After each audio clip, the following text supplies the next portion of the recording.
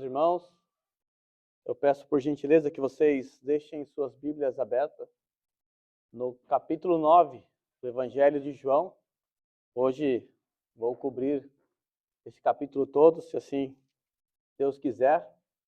Não se preocupe, o capítulo é longo, mas nós estamos diante de uma narrativa e é fácil expor essas narrativas porque a gente só precisa realmente entender o que está acontecendo e fazer algumas aplicações. Então não se desespere, porque eu vou acabar isso dentro do horário. Tá? E eu prometo a vocês que se eu me empolgar, como acontece de vez em quando, é raro, mas acontece sempre, se eu me empolgar, eu paro o sermão em algum lugar e continuo na semana que vem. Tá? Então não fique desesperado. Se a sua barriga começar a reclamar de fome, fica tranquilo que eu vou acabar no horário. Tá? Eu não vou fazer a leitura desse texto agora, eu apenas vou fazer uma oração com vocês, e à medida em que eu for expondo esse texto, nós vamos lendo. Então, só peço que você fique com a sua Bíblia aberta e curve sua cabeça nesse momento, mais uma vez. Senhor, nós estamos diante da Tua Palavra mais uma vez. E para nós é um deleite, Senhor, poder ouvir o Senhor falar conosco através dela. Nós estamos aqui nesta manhã com a intenção de render ao Senhor louvores, de falar com o Senhor através das nossas orações, de cantar hinos que glorificam o Teu santo nome, mas também estamos aqui para ouvir o Senhor falar conosco. Nós reconhecemos que a parte da Tua palavra não há direção para nós. Sem o Teu socorro que flui dela, estaríamos perdidos. Foi através do Teu glorioso Evangelho que está registrado nestes livros que estão na nossa Bíblia, que nós alcançamos o conhecimento acerca do Senhor, porque a fé ela vem pelo ouvir e pelo ouvir a palavra de Cristo. Nós estamos diante de mais uma história linda que revela o Teu poder, que revela a Tua graça, que revela a Tua misericórdia. Nós veremos a cura de um homem que nasceu cego e que foi curado fisicamente. Mas também nós veremos nessa história não somente essa cura física, veremos uma cura espiritual. Ainda que nenhum de nós aqui tenhamos sido curados fisicamente de algum tipo de cegueira, o Senhor nos curou de uma cegueira pior do que essa, a cegueira espiritual. Então, com o coração agradecido ao Senhor pelo que o Senhor fez em nossas vidas, nos livrando dessa cegueira, é que nós nos deparamos agora com a Tua palavra. Palavras que fazem sentido aos nossos ouvidos, que brilham diante dos nossos olhos. E com o coração agradecido por essa palavra, suplicamos ao Senhor nessa manhã, por favor, tenha misericórdia de todos nós. Nos ajude nesse momento a entender, a compreender a grandiosidade desta revelação que está diante de nós. Eu peço ao Senhor por meus irmãos que estão aqui nessa manhã, que me ouvirão nesse instante, mas também eu peço ao Senhor mais uma vez, tenha misericórdia da minha vida também nesse momento. Me ajude a cumprir com a minha responsabilidade diante do Senhor. Muito obrigado, Senhor. Cuide de nós nesse momento. Amém. Por gentileza, pode tomar o teu assento. Irmãos, na semana passada nós encerramos o 8º capítulo do Evangelho de João. E agora nós vamos entrar no 9º capítulo. E o 9º capítulo ele está intimamente ligado ao 8º capítulo. Às vezes isso não acontece, às vezes nós temos uma quebra de tempo, de espaço entre um capítulo e outro, mas este capítulo que está diante de nós, ele está intimamente ligado ao contexto que começou lá no capítulo 7.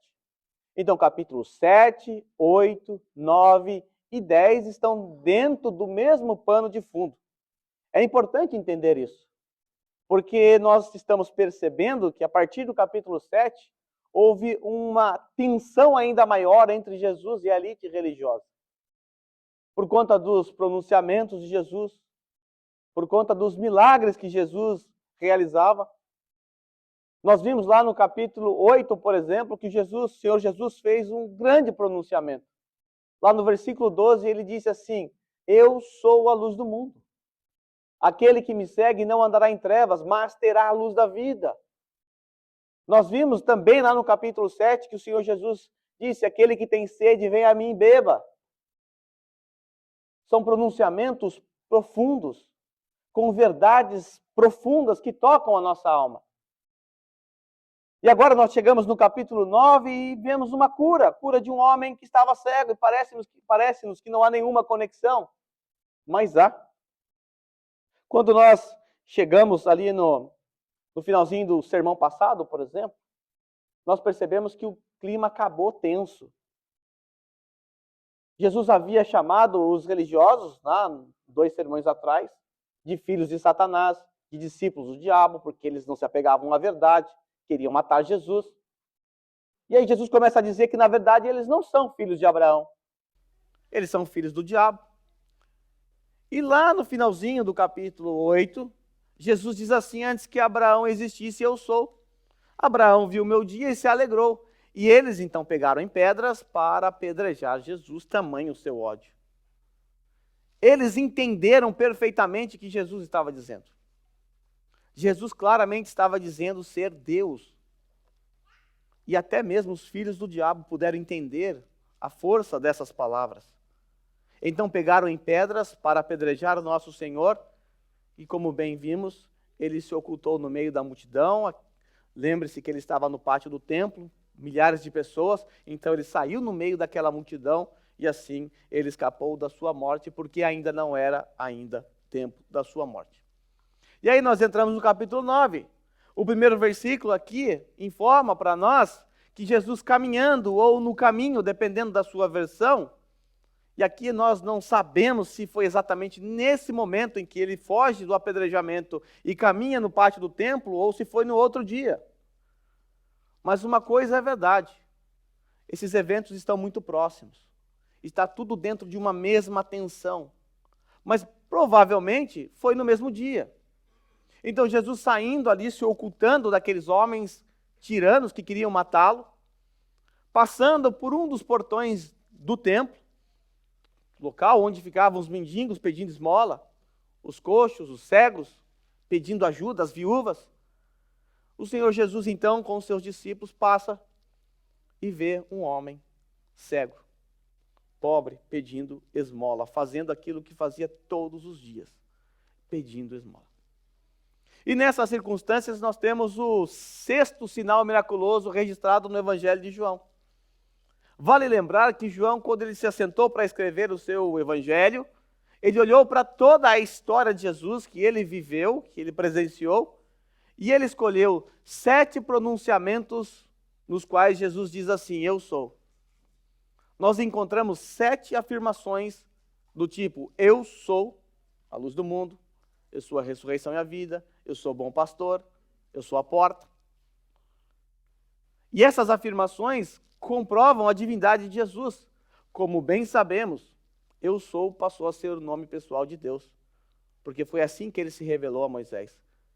Mas também João, ele olhou para toda a história de Jesus e pensou 7 sinais miraculosos também. Nós estamos diante do penúltimo. O último será a ressurreição de Lázaro, lá no capítulo 11. João fez isso, ou seja, pensou essas histórias, porque ele queria claramente demonstrar a divindade de Jesus. Sendo assim, meus irmãos, nós estamos agora diante de um texto que comprovará para nós, diante dos nossos olhos, a divindade de Jesus. Ele acabara de dizer, no capítulo 8, versículo 56, que antes que Abraão existisse, eu sou. Ele acabou de afirmar que é Deus. Ou seja, no capítulo anterior, ele falou algo que somente Deus poderia falar. Agora ele vai fazer algo que somente Deus pode fazer. Como bem sabemos, é comum no Evangelho de João ele intercalar um discurso profundo com um sinal miraculoso. Ou colocar alguns sinais no meio de algum discurso de Jesus. Na semana passada, Jesus falou algo que somente Deus pode falar. E agora ele vai fazer algo que somente Deus vai fazer. Sendo assim, nós estudaremos nesta manhã um dos milagres mais incontestáveis já registrados na palavra de Deus. O milagre mais tecido de detalhes. O milagre acompanhado do maior número de testemunhas. Vamos começar então pelo relato do milagre. Do versículo 1 ao 7, nós temos o relato do milagre. Diz assim: caminhando Jesus, viu um homem cego de nascença, e os seus discípulos perguntaram: Mestre, quem pecou, este ou seus pais, para que nascesse cego? Respondeu Jesus. Nem ele pecou, nem seus pais, mas foi para que se manifestassem nele as obras de Deus. É necessário que façamos as obras daquele que me enviou enquanto é dia. A noite vem, quando ninguém pode trabalhar. Enquanto estou no mundo, eu sou a luz do mundo. Dito isso, cuspiu na terra, tendo feito lodo com saliva, aplicou aos olhos do cego, dizendo-lhe, vai, lava-te no tanque de Siloé, que quer dizer enviado. Ele foi, lavou-se e voltou vendo. Este é o relato do milagre. Mas o relato do milagre, ele é antecedido por uma pergunta feita pelos discípulos de Jesus. É uma pergunta que nós precisamos considerar, porque está dentro do nosso contexto. Então, quando eles estão saindo de passagem, olham um cego ali sentado, provavelmente, na sua esteira, como era costume.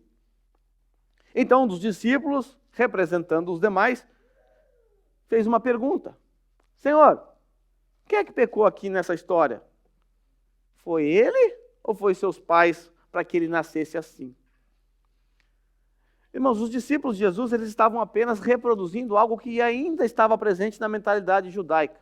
Não de toda a mentalidade judaica, é claro, mas de uma parte da mentalidade judaica. Havia um conceito de culpa herdada. Algo que você recebia ou herdava dos seus pais. Veja a pergunta. Ele ou seus pais pecaram? Para que ele nascesse assim. Eles acreditavam, então, que por conta de algum pecado que aconteceu no passado, ou seja, que aconteceu na vida dos seus pais, aquela criança poderia ter nascido cega. Ou, pasmem, acreditava-se também que a criança poderia, dentro do ventre de sua mãe, ter cometido algum tipo de pecado. Eles chegavam a dizer que quando Jacó e Esaú estavam ali no ventre de sua mãe, eles chegaram a dizer que um tentou matar o outro ali. Tentativa de homicídio. Mas isso a gente sabe que não é bem a ideia do texto ali. Quando nós chegamos no versículo 34 desse capítulo que nós estamos estudando, após aquele cego ter sido confrontado, aliás, após os religiosos ter sido confrontados pelo cego, os religiosos ficaram com raiva, ou seja, você é um cego, um miserável, e você vem nos confrontar. Veja como eles responderam no versículo 34. Você nasceu cheio de pecado.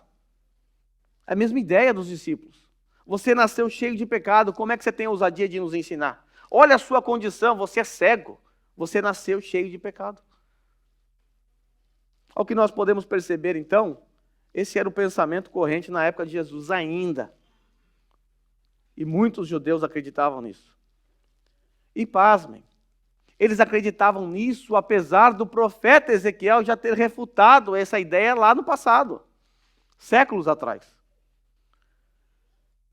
Na época de Jesus, então, algumas pessoas acreditavam em maldição hereditária, mesmo tendo o profeta Ezequiel falado em nome de Deus, mesmo tendo ele refutado essa ideia, escrachado essa ideia. Irmãos, eu não ia tocar nesse assunto aqui de maldição hereditária, mas eu julguei ser necessário falar sobre isso, porque hoje, ainda hoje, muitas pessoas acreditam nisso.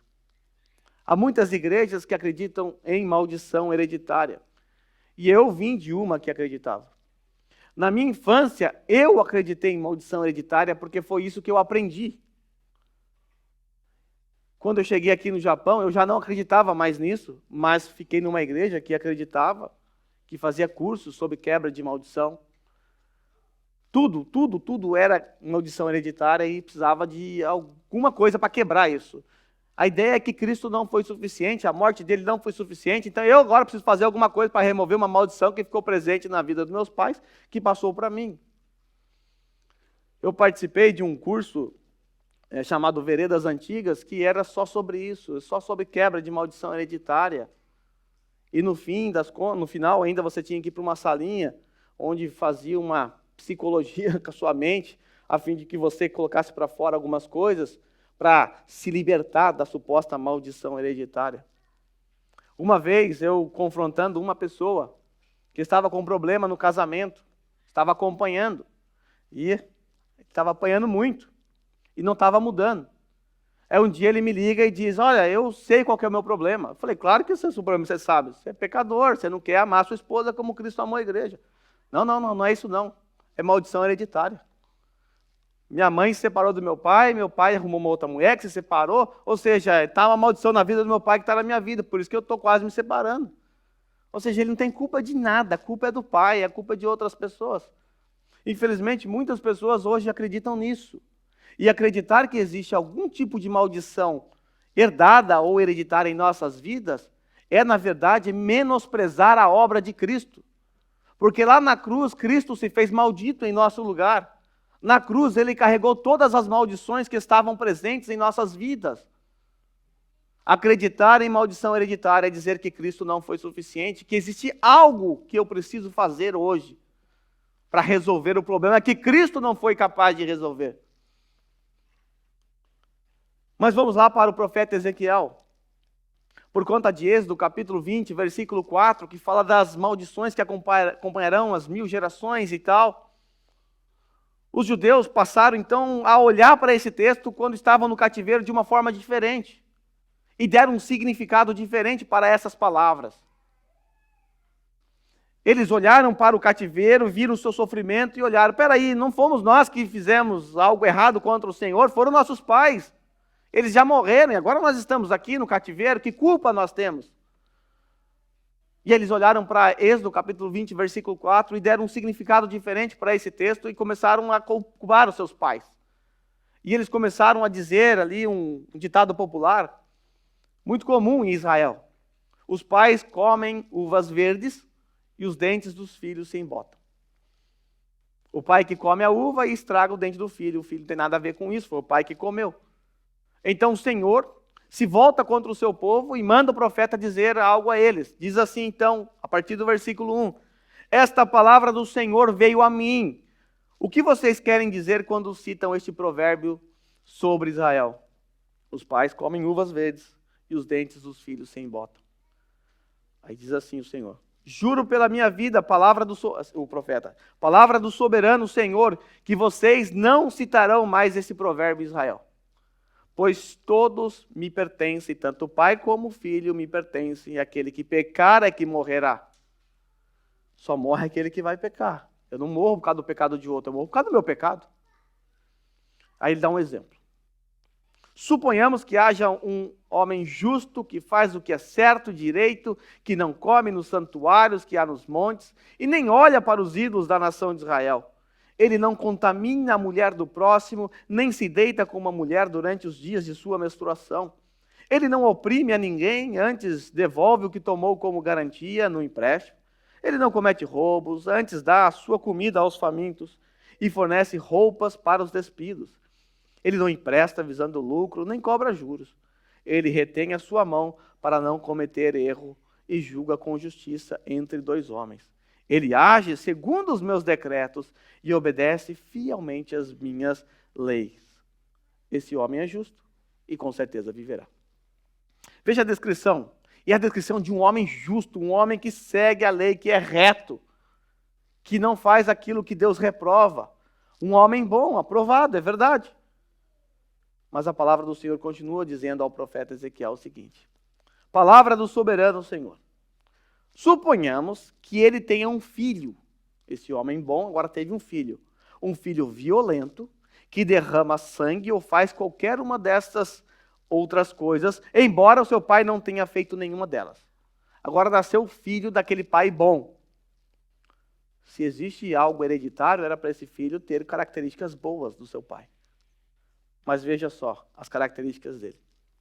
Ele come nos santuários que há nos montes, contamina a mulher do próximo, oprime os pobres e os necessitados, comete roubos, não devolve o que tomou como garantia, volta-se para os ídolos e comete práticas detestáveis, empresta visando lucro e cobra juros. Deverá viver um homem desses? Resposta: não. Por todas essas práticas detestáveis, com certeza será morto. Ele será responsável por sua própria morte. Ele. Cadê a maldição aqui? Cadê a bênção hereditária? Não teve bênção hereditária. Temos um homem bom e um filho terrível. Mas o texto não para aí. Mas suponhamos que esse filho tenha ele mesmo um filho, a terceira geração agora, e que vê todos os pecados que seu pai cometeu. Ele viu, ele presenciou todos os pecados que seu pai cometeu, embora não os cometa. Ele não come nos santuários que há nos montes, nem olha para os ídolos da ação de Israel, não contamina a mulher do próximo, não oprime a ninguém, não exige garantia para o empréstimo, não comete roubos, mas dá a sua comida aos famintos e fornece roupas aos despidos. Ele retém a mão para não pecar e não empresta visando lucro, nem cobra juros. Obedece às minhas leis e age segundo os meus decretos. Ele não morrerá por causa da iniquidade do seu pai. Problema do pai. Certamente viverá, mas seu pai morrerá por causa da sua própria iniquidade, pois praticou extorsão, roubou seus compatriotas e fez o que era errado no meio do seu povo. Contudo, vocês perguntam, por que o filho não partilha da culpa do seu pai? Aí o profeta responde. Por quê? Por que ele não partilha da culpa do seu pai, uma vez que o filho fez o que é justo e direto e teve o cuidado de obedecer a todos os seus decretos? Com certeza ele vai viver. Essa é a resposta. Por que ele não herda a culpa do seu pai? Porque ele fez o que é justo, ele teve outra prática. Ou seja, ele não herdou essa suposta maldição do seu pai. E aí o profeta termina dizendo assim, ecoando as palavras de Deus: aquele que pecar é que morrerá. O filho não levará a culpa do pai, nem o pai levará a culpa do filho. A justiça do justo lhe será acreditada e a impiedade do ímpio lhe será cobrada. Apesar desse texto claro como um cristal, ainda havia um entendimento equivocado nos dias de Jesus acerca dessa culpa herdada. Nós morremos ou morreremos nesse cativeiro por culpa dos nossos pais. Quando Deus diz assim, não é verdade isso. Vocês estão no cativeiro por culpa de vocês também. Quando nós olhamos para o texto que está diante de nós, o Senhor Jesus Cristo reforça que aquele cego não nasceu assim por conta de algum pecado dos seus pais. Nem tampouco por causa de algum suposto pecado que ele poderia ter cometido no ventre de sua mãe. Ele simplesmente nasceu assim para que ele servisse de instrumento de Deus no momento específico da história para manifestar naquele cego a obra de Deus realizada através de Jesus Cristo. Aquele cego, ele nasceu cego por conta do pecado, é verdade. O pecado que entrou no mundo. O pecado que todos nós herdamos. E se existe alguma maldição hereditária aqui, é a maldição hereditária vinda de Adão. E por conta do pecado de Adão, nós adoecemos, ficamos cegos. Nascemos com problemas, morremos na infância. Um monte de coisa acontece na raça humana decorrente do pecado. Mas não é por causa de um pecado de um pai, ou por causa do pecado de uma mãe. É por conta da nossa natureza caída. Aquele cego nasceu assim, como no capítulo 5 nasceu um homem que era paralítico, ou estava paralítico, por conta do pecado, evidentemente, que está presente na raça humana. E aquele cego, quando foi alcançado por Jesus naquele momento, ele serviu de instrumento para que Cristo revelasse aos judeus e aos seus discípulos a sua divindade. E aquele cego foi alcançado por uma misericórdia de Jesus. Por conta da sua natureza pecaminosa, ele não merecia cura. Ele não merecia sequer estar vivo. Mas estava vivo e agora recebeu gratuitamente de Jesus a cura física. Jesus então demonstrou a sua misericórdia e, acima de tudo, a sua divindade ao curar aquele homem. Mas antes de entrar ainda no relato histórico, ainda palavras a serem percebidas no texto. Jesus a seguir diz o seguinte: é necessário que façamos as obras daquele que me enviou. Temos que fazer isso enquanto é dia, a noite vem, quando ninguém pode trabalhar. Enquanto estou no mundo, eu sou a luz do mundo. Após o questionamento acerca do cego, por que ele está assim, Jesus? Ei, mestre, ele que pecou? Seus pais? Aí Jesus responde dizendo, olha, é necessário que façamos as obras daquele que me enviou, enquanto é dia. A noite vem, ninguém pode trabalhar à noite. Enquanto eu estou no mundo, eu sou a luz do mundo. Em primeiro lugar, nós percebemos que a preocupação dos discípulos era saber o porquê aquele homem estava nessa condição. Havia tantas e tantas coisas a se fazer. Jesus estava quase já entrando no último ano do seu ministério aqui na terra. E havia muitas obras a serem realizadas e os discípulos estavam se preocupando com coisas secundárias, desnecessárias. Por que ele está nessas condições? A preocupação de Jesus não era essa. A preocupação de Jesus era outra. O que é que nós podemos fazer por esse cego? O que deve ser feito por esse cego? É mais importante do que questionar o porquê que ele está nessas condições. Eles estavam curiosos e Jesus estava preocupado em curar aquele cego. Muitas vezes é assim que nós agimos. Nós perdemos tempo com coisas desnecessárias ou nos preocupamos com questões secundárias ao invés de se preocupar com aquilo que realmente importa. Por vezes, quando nós percebemos pessoas com um casamento destruído, com dificuldades financeiras ou com problemas relacionais um com outros ou com qualquer outro tipo de problema dentro da comunidade, a primeira coisa que nós fazemos é tentar descobrir o porquê que a pessoa está nessas condições. E paramos nisso. E se esquecemos que nós, como corpo de Cristo, como irmãos, temos que nos atentar para um outro detalhe. O que eu, como cristão, posso fazer por esse meu irmão que está com o casamento destruído? O que eu posso fazer? Que conselhos eu posso dar? De que maneira eu posso ajudar, além das minhas orações, para que esse irmão saia dessas condições? Nós nos preocupamos somente com o porquê essas pessoas estão nessas condições. E nos esquecemos que o mais importante, na verdade, é o que nós devemos fazer. Os discípulos, eles não deveriam perder tempo com questões tolas como estas, porque a noite estava se aproximando.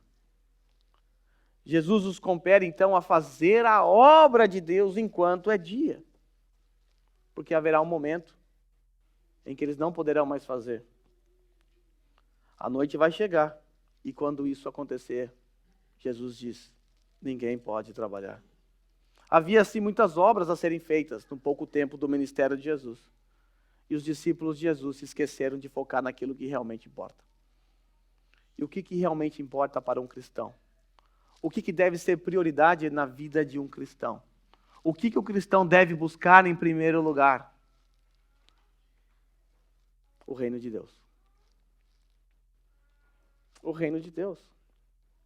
E por vezes, nós não priorizamos o reino de Deus, a começar de mim. Por vezes, nós focamos em coisas desnecessárias. Nós não estamos livres desse deslize.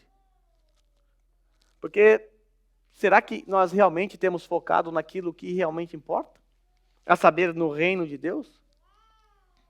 O Senhor Jesus nos ordenou, Ele nos ordenou, a colocar o reino de Deus em primeiro lugar. Porque vocês se preocupam com roupas, o Senhor Jesus Cristo disse lá no capítulo 6 do Sermão do Monte. Por que vocês se preocupam com roupas? Vejam como crescem os lírios do campo. Eles não trabalham nem tecem. Contudo, eu lhes digo que nem Salomão em todo o seu esplendor vestiu-se como um deles.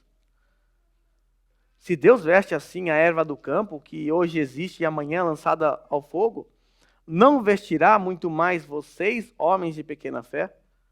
Portanto, não se preocupem dizendo o que vamos comer ou o que vamos beber, ou o que vamos vestir.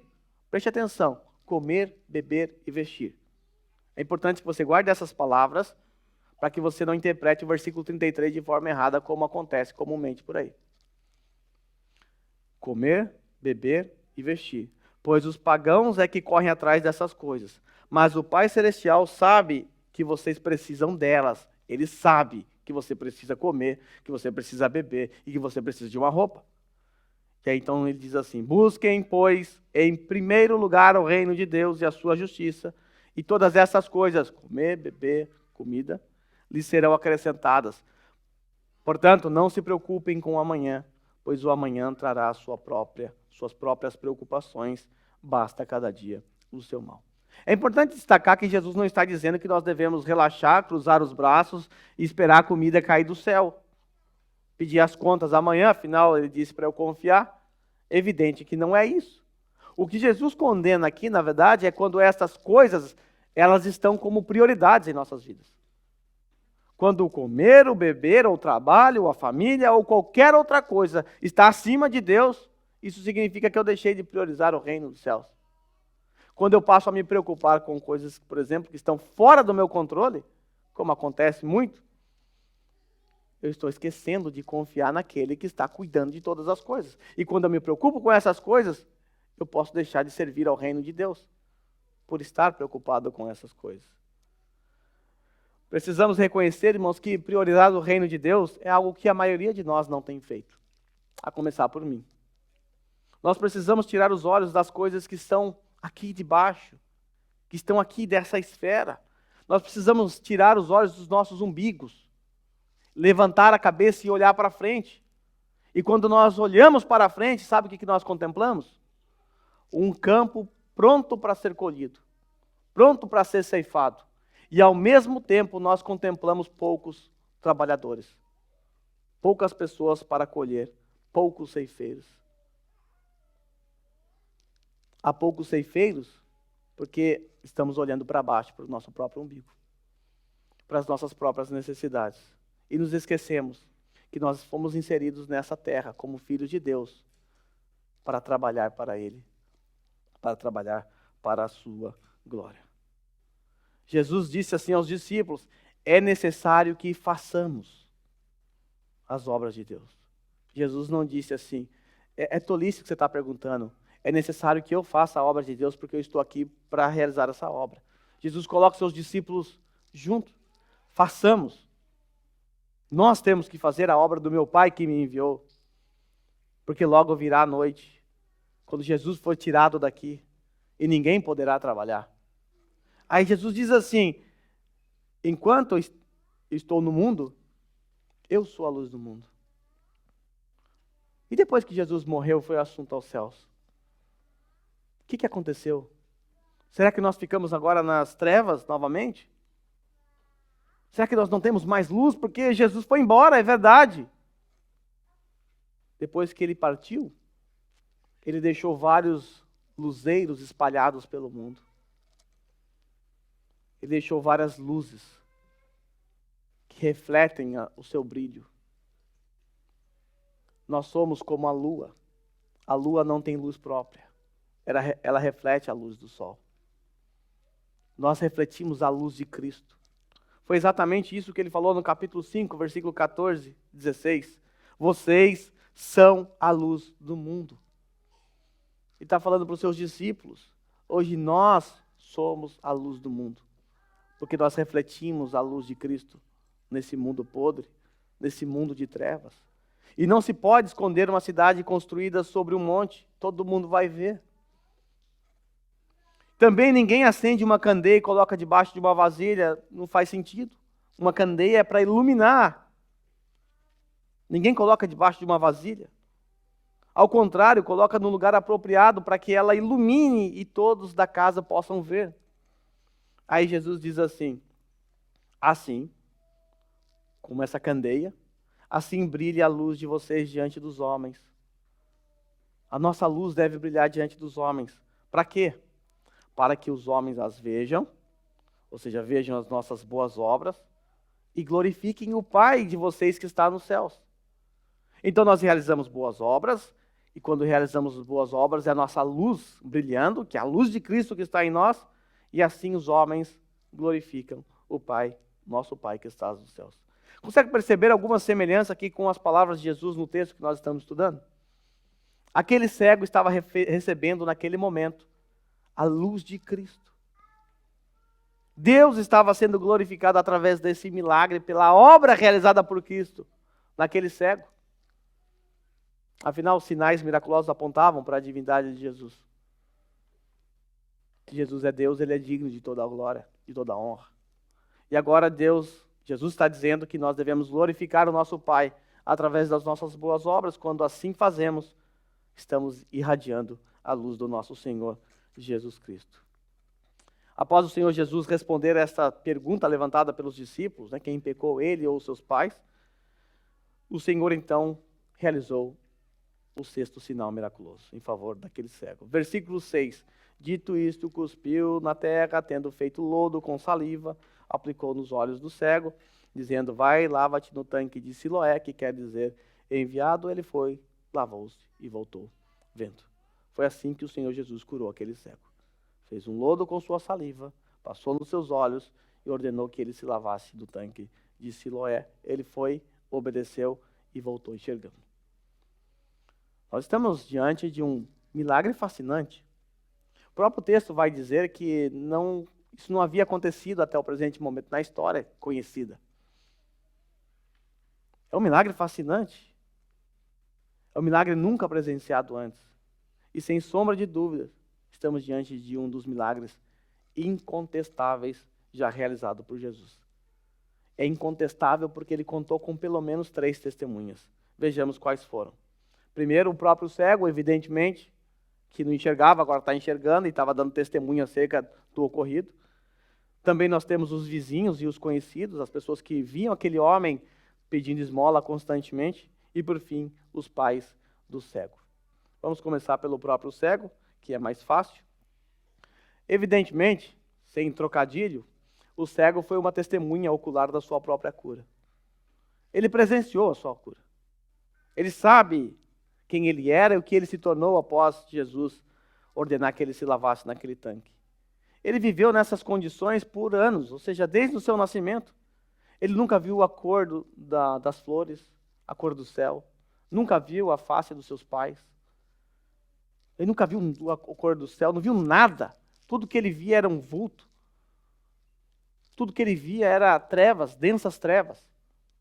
E agora ele consegue ver coisas que ele nunca viu na sua vida. E ele voltou enxergando. Por isso o versículo 6 e 7 diz que o Senhor Jesus cuspiu na terra, mandou ele se lavar e ele voltou curando. Ele sabe o que aconteceu. Do versículo 10 a 12, perguntaram depois como te foram abertos os olhos, quando questionaram ele. Ele respondeu, um homem chamado Jesus fez lodo, untou-me os olhos e me disse, vai no tanque de Siloé e lava-te. Então fui, lavei-me, estou vendo. Disseram, pois, onde está ele? Não sei.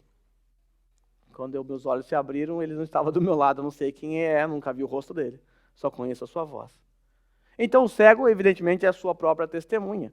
E no versículo 25 ele vai dizer, olha, se esse homem era pecador, eu não sei, mas uma coisa eu sei, eu era cego, agora vejo. Meu testemunho é esse. É isso que eu tenho que testemunhar diante de vocês, fariseus, que vocês estão aqui me questionando. É isso.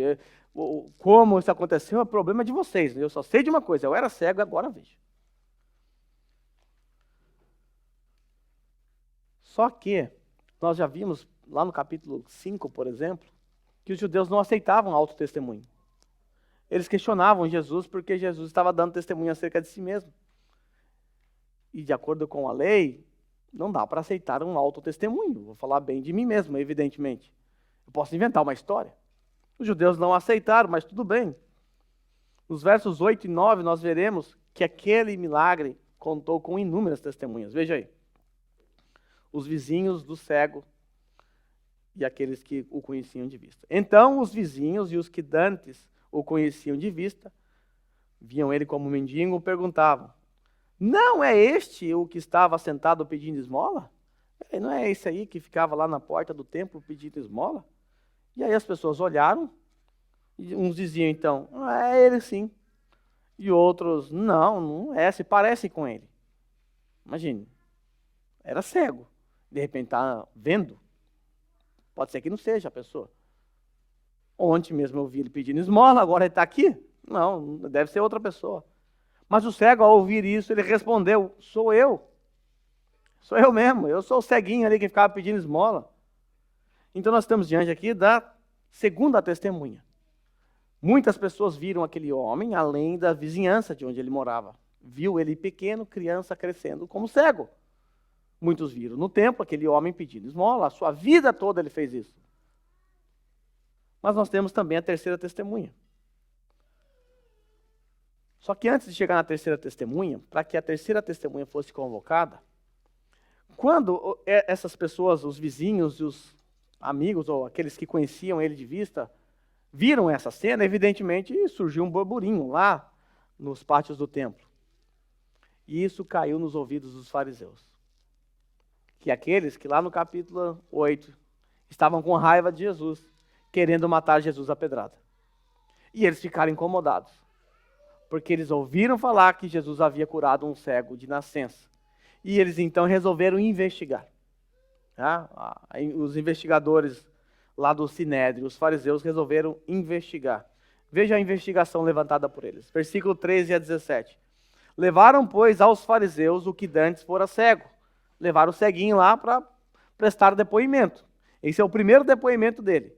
E era sábado, o dia em que Jesus fez o lodo e abriu-lhe os olhos. É importante essa informação. Então os fariseus, por sua vez, lhe perguntaram como chegar a ver.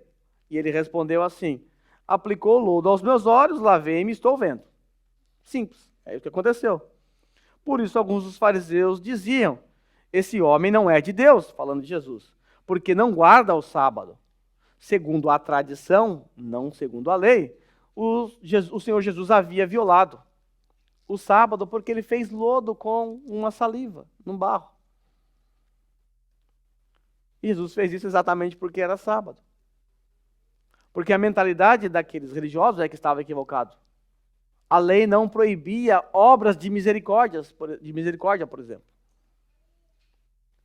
E curar aquele cego era uma grande obra de misericórdia. Então alguns dos fariseus disseram assim, então, esse que curou você não pode ser de Deus porque ele não guardou o sábado. Eles nem se importaram com o milagre. Se importaram em achar o meio de acusar Jesus. Então houve discussão entre eles, entre os que estavam investigando. E de novo perguntaram ao cego. No meio da discussão, ninguém chegou a lugar nenhum. Aí perguntaram ao cego: que dizes tu a respeito dele, visto que te abriu os olhos? O cego apenas respondeu o que ele imaginou. É o profeta, respondeu ele. E os fariseus questionaram a resposta do cego, e elas não foram aceitas, porque eles queriam que o cego dissesse algo que comprometesse a Jesus. E o cego não disse. Ele só disse: olha, eu era cego, agora estou vendo. Eu acho que ele deve ser um profeta. Nós vamos perceber que havia entre os religiosos, os fariseus, uma sentença que estava lançada. Quem afirmasse que Jesus era o Cristo seria expulso da sinagoga. Isso está no nosso texto. O cego que não sabe de nada, ele nunca viu Jesus antes, ele diz: só sei que eu era cego, e só sei que ele deve ser um profeta, pelo menos. Até aí tudo bem. Porém, eles não encontraram nada na vida de Jesus, apenas uma suposta violação do sábado. O resultado dessa investigação inicial foi o seguinte: eles chegaram a dizer que Jesus não era Deus. Que Jesus era um pecador, porque violava o sábado. Essa foi a conclusão dessa investigação. O que aconteceu veio de alguém que não é Deus, que não veio de Deus, porque é alguém que está violando a lei de Deus. E aí outros ficaram com dúvidas. Não, mas espera aí. Como é que pode um homem pecador fazer isso? Então, aqueles que estavam investigando começaram a contender entre eles, e o versículo 16 termina dizendo que houve, então, opiniões diversas. Houve um cisma entre eles, não chegaram a lugar nenhum. Alguns pensavam que Jesus havia violado o sábado, outros olharam para o milagre propriamente dito e falaram: não pode ser, ele só pode ser Deus. Isso nunca aconteceu antes. Como é que pode um pecador fazer uma coisa dessa? Não é possível. E não chegaram a conclusão nenhuma. Então decidiram perguntar para o ex-cego o que ele pensava acerca de Jesus. E foi aí que ele respondeu: é só isso, ele é um profeta. E os judeus, aqui os fariseus, eles não acreditaram no depoimento desse homem. Acharam que ele estava inventando uma história. Acharam que não, esse cara nunca foi cego. É alguma história que ele está contando aqui. Não é verdade que esse homem foi cego. E aí então convocaram os pais do cego para ver se conseguia tirar alguma informação. Então os pais do cego, ou ex-cego nesse momento, foram convocados. Diz assim o texto: não acreditaram os judeus que ele fora cego e que agora via, enquanto não lhe chamaram os pais e os interrogaram. Perguntaram então: este é vosso filho, de quem dizes que nasceu cego? Esse é seu filho? Primeira pergunta. Como, pois, vê agora? Segunda pergunta. E os pais responderam: sabemos que esse é nosso filho. Sim, é meu filho. Não tem dúvida nenhuma. Também sabemos que ele nasceu cego. Respondeu a segunda pergunta. Agora, como é que ele abriu, seus olhos foram abertos? Isso eu não sei. Quem lhe abriu os olhos, também não sabemos. E aí os pais jogam a bomba para o cego, ou para o ex-cego. Pergunte para ele, ele já tem idade suficiente. Então o pai do cego, ou do ex-cego, quando convocado pela alta cúpula religiosa, não puderam negar que ele era seu filho e que era cego. Porém, temendo serem expulsos da sinagoga, o texto diz isso, disseram, pergunte para ele que ele tem idade suficiente. Não quiseram se envolver. Temeram os homens ao invés de temer a Deus. O pai do cego, ou do ex-cego, eles viram o poder de Deus na vida do seu filho. Eles acompanharam esse menino, esse homem agora, talvez, por toda a vida. E eles sabiam das lutas, das dificuldades que esse homem tinha, ele era cego. E agora eles olham para o seu filho com os olhos abertos, enxergando, vendo as coisas. Estão diante de um depoimento, de uma investigação, onde poderiam dar testemunho acerca do poder de Deus que eles viram na vida do seu próprio filho. Eles escolheram temer os homens, ao invés de temer a Deus. Preferiram dizer, não sabemos de nada, pergunta para ele que já tem idade para isso. Perderam a oportunidade de exaltar a Deus, porque tiveram medo. Já por outro lado, o cego foi totalmente o oposto, o ex-cego. Ele teve ousadia, coragem, e ele confrontou os fariseus. Pensa num cabra corajoso. Confrontar os fariseus é para ter muita coragem. E o cego não estava nem aí para mais nada, afinal ele era cego, agora ele vê. Então chamaram o cego pela segunda vez. O homem que fora cego, chamaram o cego e lhe disseram ao cego, né? Cego, dá glória a Deus. Nós sabemos que esse homem é pecador. Essa expressão, dá glória a Deus, é assim, fale a verdade. Fale a verdade, você está diante de Deus. Era uma maneira de botar um peso na vida do cego. Fala a verdade, porque nós já sabemos a verdade, esse homem é pecador. Jesus Cristo é pecador. Nós sabemos disso. E então ele retrucou assim, se é pecador, não sei. Uma coisa eu sei, eu era cego e agora eu vejo. Perguntaram depois, o que te fez ele? O que ele fez para que você voltasse a enxergar? Como te abriu os olhos? E o cego respondeu, eu já vos disse, não atendeste, por que queres ouvir outra vez? Eu já falei para vocês, e vocês estão querendo saber de novo a história? Porventura, olha a ousadia. Porventura, quereis vós tornar-vos seus discípulos? Vocês estão perguntando porque vocês querem se tornar discípulo dele? E então eles ficaram com muita raiva do cego. Então o injuriaram e lhe disseram, discípulo dele és tu. Mas nós somos discípulos de Moisés. Sabemos que Deus falou a Moisés, mas este nem sabemos de onde é. Você que é discípulo dele, nós não temos nada a ver com esse homem. Aí respondeu o homem, cego, nisso é de estranhar que vós não sabeis de onde ele é, e contudo me abriu os olhos. Vocês nem sabem de onde ele é nem nada, mas e aí? Ele me abriu os olhos. Sabemos que Deus não atende pecadores, mas pelo contrário, alguém que teme a Deus e pratica a sua vontade, esse atende. E aí, como é que vocês explicam isso? Vocês não conhecem esse homem, mas ele me abriu os olhos. Sabemos que Deus não ouve a pecadores, mas ouve aqueles que praticam a bondade, que praticam a sua vontade. E aí? Desde que há mundo, prossegue o cego, jamais se ouviu que alguém tenha aberto os olhos de um cego de nascença. Está aqui o problema para vocês. Vocês estão investigando, na verdade, vocês deveriam investigar isso. Quem é esse homem, de onde ele veio e como é que é possível um milagre ter acontecido dessa forma. Vocês estão focando no lugar errado. Se este homem não fosse de Deus, nada poderia ter feito, disse o cego. E aí eles então responderam para ele. Tu és nascido todo em pecado e nos ensina a nós? E expulsaram o cego da sinagoga. Expulsaram o cego. Ao contrário dos seus pais, ele teve muita coragem e ousadia para confrontar a elite religiosa e ele foi expulso. Afinal, o que importa agora é que ele era cego e agora vê. Estava tão entusiasmado e alegre com a sua cura que ele não estava nem preocupado em fazer parte daquele grupo seleto.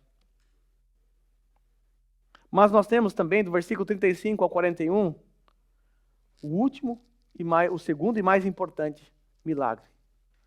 A cura do cego foi importante. Demonstrou o poder de Deus, é verdade. Eu nunca vi um cego ser curado. Não sei se você já viu, eu nunca vi. Mas se eu pudesse contemplar um milagre desse, eu ia ficar maravilhado. Eu ia entender que é um poder de Deus, claramente. Algo impressionante. Mas nós temos, a partir do versículo 35 ao 41, um outro milagre. Uma outra cegueira foi removida. A cegueira espiritual. Ele era cego fisicamente e também era cego espiritualmente. Veja o texto. Ouvindo Jesus que o tinham expulsado, Jesus ficou sabendo. Encontrando-o, lhe perguntou. Jesus foi até a sua direção e lhe perguntou: crês tu no Filho do Homem? Você crê no Filho do Homem? Provavelmente, ele reconheceu a voz de Jesus. Nós sabemos que cegos têm essa capacidade. Ele respondeu e disse: quem é, Senhor, para que eu nele creia? Quem é, Senhor? Aí então Jesus diz assim: já o tens visto. É o que fala contigo. Então ele afirmou: creio, Senhor, e o adorou.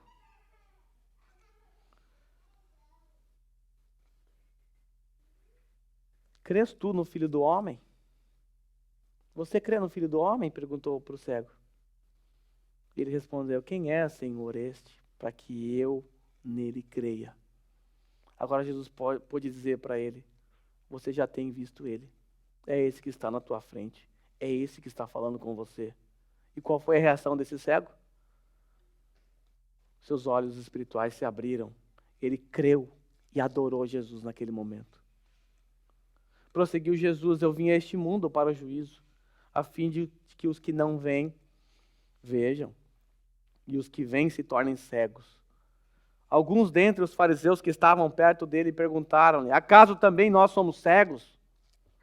Jesus respondeu: se fosseis cegos não teríeis pecado algum, mas porque agora dizeis, nós vemos, subsiste o vosso pecado. Os fariseus continuaram espiritualmente cegos, mas aquele homem não. E nós vamos ver na semana que vem, no capítulo 10, que Jesus vai confrontar a cegueira desses aqui, que não puderam enxergar porque eram cegos espiritualmente falando. Mas a grande questão é que todos nós aqui, eu acho que nunca ninguém aqui foi curado de cegueira. Eu acho que todos nós nascemos enxergando, estamos ficando cegos por causa da idade, mas eu creio que todos nós aqui nascemos enxergando. Posso estar errado. Então, provavelmente, nenhum de nós aqui experimentou a cura física. Mas muitos de nós, e a maioria de nós, espero eu, fomos curados espiritualmente. Fomos curados de uma cegueira espiritual. E nesse sentido, nós podemos usar as mesmas palavras do cego. Uma coisa eu sei: eu era cego e agora vejo. Então, se Deus um dia abriu os teus olhos através do santo evangelho de Jesus Cristo, um dia, se você percebeu a sua pecaminosidade, se arrependeu dos seus pecados, entregou a sua vida a Cristo Jesus arrependido, ou seja, houve a conversão, isso significa que os seus olhos foram abertos. Porque outrora você estava espiritualmente morto, você não podia enxergar nada à sua frente. Você enxergava fisicamente, mas espiritualmente você era cego.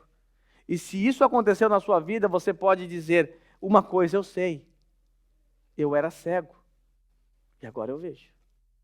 Houve tempo em nossas vidas, irmãos, que nós vivíamos em trevas, é verdade. Éramos cegos e estávamos perdidos até que um dia, assim como na vida daquele cego, Jesus graciosamente veio em nossa direção. Nós não podíamos ir até ele porque nós não enxergávamos.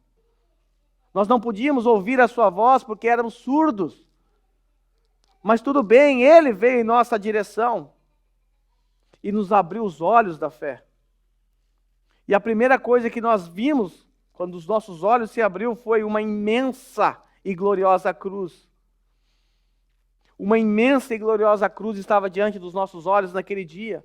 E o seu brilho foi tão atraente, mas tão atraente, que nós não conseguimos mais parar de olhar para aquela cruz. Era a cruz da nossa salvação. Era a cruz do nosso Redentor. Era a cruz no qual o nosso doce Salvador derramou o seu precioso sangue para nos remir dos nossos pecados.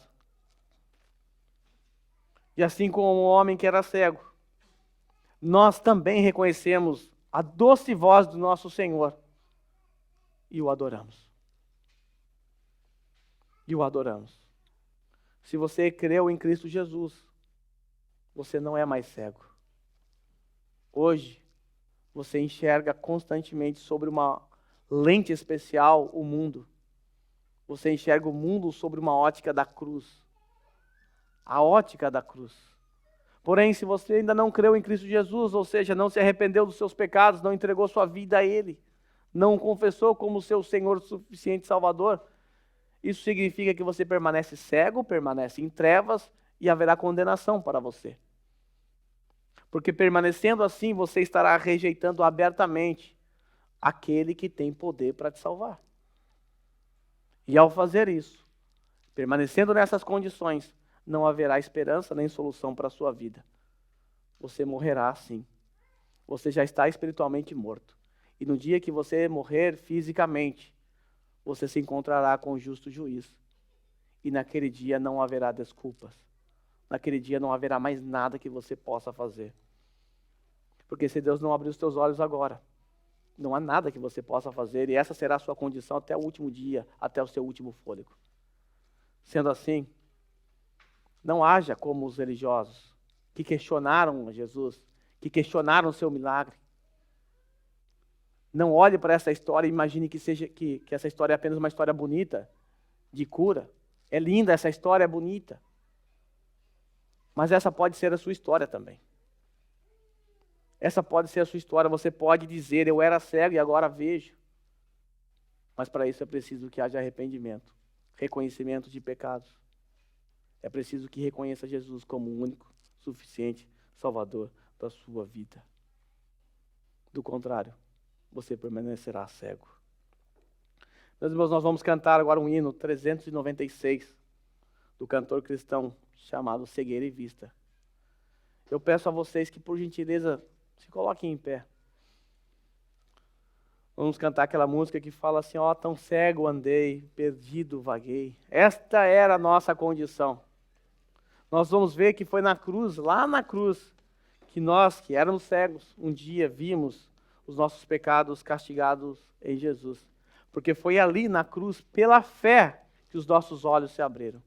E agora nós podemos se alegrar com a luz de Cristo que enxergamos.